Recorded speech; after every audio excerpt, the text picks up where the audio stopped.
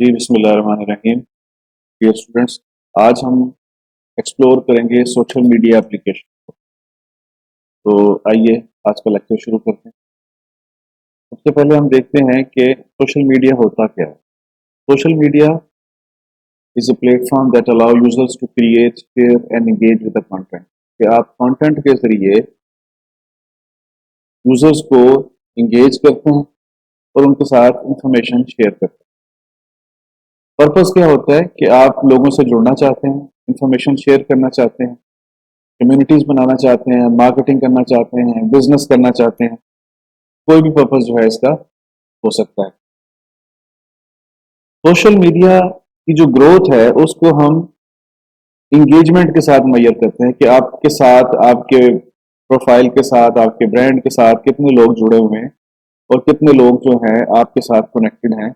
तो इससे हम जो है सोशल मीडिया की ग्रोथ को मेजर करते हैं।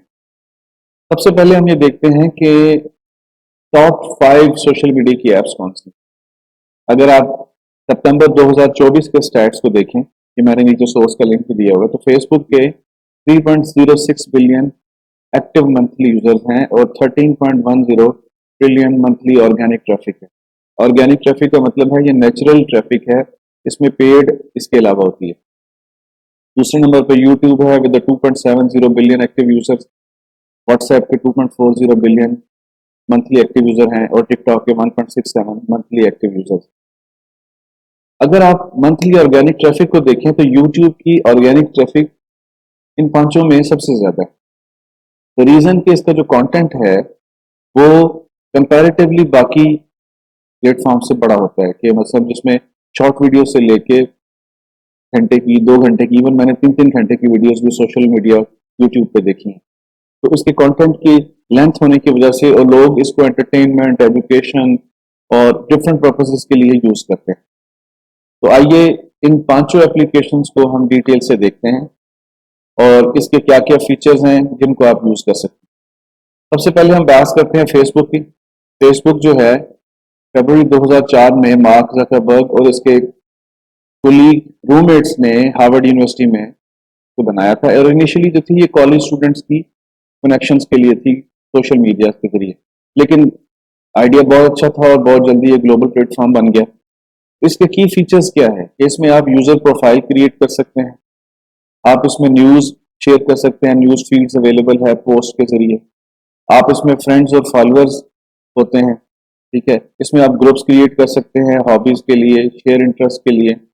इसमें आप पेजेस क्रिएट कर सकते हैं बिजनेसेस के लिए और ऑर्गेनाइजेशंस के लिए, even public figures, politicians, artist इस पे अपने पेजेस क्रिएट कर सकते हैं। फिर इसमें फेसबुक के अंदर मैसेंजर एक अवेलेबल है, जहाँ पे आप प्राइवेटली और ग्रुप में मैसेज करके अपनी कम्युनिकेशन को इनहेंस कर सकते हैं।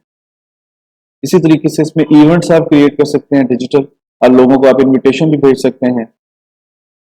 यहाँ पे एक मार्केट प्लेस है जहाँ पे आप यूजर्स के साथ आइटम्स बाय और सेल कर सकते हैं। It's like online shop.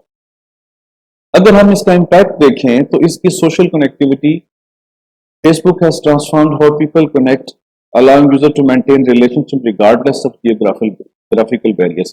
मतलब आप लाइक माइंडेड पीपल्स के साथ दुनिया के किसी भी कोने से उनके साथ जुड़ सकते हैं। तो सोशल कनेक्टिविटी ने जियोग्राफिकल बैरियर्स को खत्म कर दिया।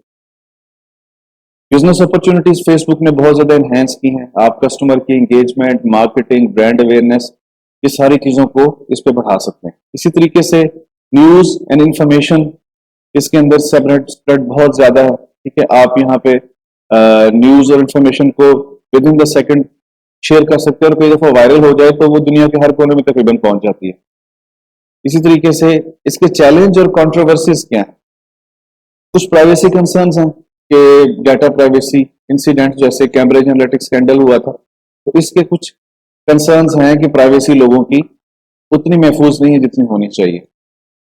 कुछ मिस इन्फॉर्मेशन या फेक न्यूज के लिए भी इस प्लेटफॉर्म को यूज किया जाता है, और लोग जो है फॉल्स इन्फॉर्मेशन और पब्लिक ओपिनियन बनाने या बिहेवियर चेंज करने के लिए भी इस एप्लीकेशन का यूज करते हैं। इसी तरीके से मेंटल हेल्थ के भी कुछ इश्यूज इसके साथ जुड़े हुए हैं। कुछ स्टडीज जो है वो सजेस्ट करती हैं कि इसका ज्यादा जो यूज है वो एंग्जायटी और डिप्रेशन की तरफ इंसान को ले जाता है, तो इसका एक बैलेंस यूज करना चाहिए। इसी तरीके से यूट्यूब का प्लेटफॉर्म है। यूट्यूब जो है 2005 में स्टीव चैन और बाकी दो लोगों ने बनाई, लेकिन 2006 में गूगल ने इसको एक्वायर कर लिया। ये मोस्ट विजिटेड वेबसाइट है ग्लोबली, ठीक है, जो यूजर्स को अपना कंटेंट अपलोड शेयर करने के लिए इजाजत देती है। की फीचर्स क्या है, आप इसमें भी यूजर अकाउंट क्रिएट कर सकते हैं, इसमें आप चैनल्स बना सकते हैं और आप अपने चैनल्स के साथ जरिए लोगों के साथ जुड़ सकते हैं, लोगों को सब्सक्राइब कर सकते हैं और आप एक एक्टिव कम्युनिटी डेवलप कर सकते हैं। सब्सक्रिप्शन बेस्ड है, ठीक है, यहाँ पे आप पेड मॉडल्स पे भी जा सकते हैं।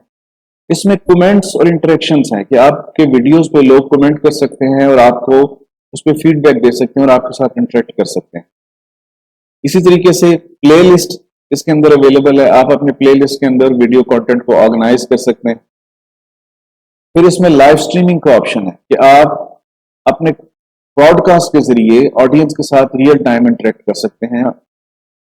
फिर इसमें मोनेटाइजेशन भी है कि अगर आप एक सर्टेन बेंचमार्क से ऊपर आपका कंटेंट हो जाता है, जिसमें वॉच आवर्स हैं और नंबर ऑफ सब्सक्राइबर्स हैं, तो फिर आपको यूट्यूब जो है वो कंटेंट पे भी करता है, ठीक है, तो आप इसको अर्निंग का जरिया भी बना सकते हैं। फिर इसमें एक YouTube प्रीमियम का फीचर है कि अगर आप एड फ्री एक्सपीरियंस या ऑफलाइन व्यूइंग देखना चाहते हैं तो YouTube की एक प्रीमियम सर्विस है जो पेड है, जिसके जरिए आप YouTube से ओरिजिनल कंटेंट जो है विदाउट एड्स देख सकते हैं। इसी तरीके से अगर हम देखें तो YouTube का इम्पैक्ट क्या है, YouTube ने कंटेंट क्रिएशन जो है वो बड़ी आसान कर दी है। मतलब कोई भी बंदा एक कैमरा के साथ अपने आइडियाज को शेयर कर सकता है, अपने टैलेंट को शो कर सकता है, अपने एक्सपर्टीज को ग्लोबल ऑडियंस के साथ दिखा सकता है। फिर इसमें कल्चरल इन्फ्लुएंस है, it has become a major platform for entertainment, education, information and shaping trends and public डिस्कॉयर्स।